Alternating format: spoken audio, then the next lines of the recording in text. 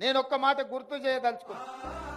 ఇవాళ హైదరాబాద్ నగరానికి అంతర్జాతీయ గుర్తింపు వచ్చింది అనంటే ఆనాడు యూపీఏ 1 యూపీఏ 2లో డాక్టర్ వైఎస్ రాజశేఖర రెడ్డి గారు ముఖ్యమంత్రిగా ఉన్నప్పుడు ఈ ఔటర్ రింగ్ రోడ్డు, అంతర్జాతీయ ఎయిర్పోర్టు, ఐటీ కంపెనీలను, ఫార్మా కంపెనీలను ఉధృతంగా ఈ రాష్ట్రంలో పెట్టుబడులు తీసుకొస్తేనే, అదేవిధంగా హైదరాబాద్ నగరంలో నిర్మించిన మెట్రో రైలు ఆనాడు నిర్మించడం వల్లనే ఈ నగరానికి అంతర్జాతీయ స్థాయి వచ్చింది.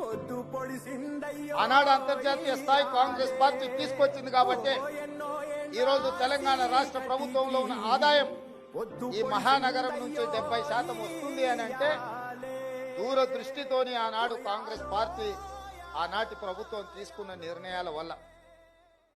నేను ఒక్క మాట గుర్తు చేయదలుచుకున్నా. ఇవాళ హైదరాబాద్ నగరానికి అంతర్జాతీయ గుర్తింపు వచ్చింది అనంటే ఆనాడు యూపీఏ 1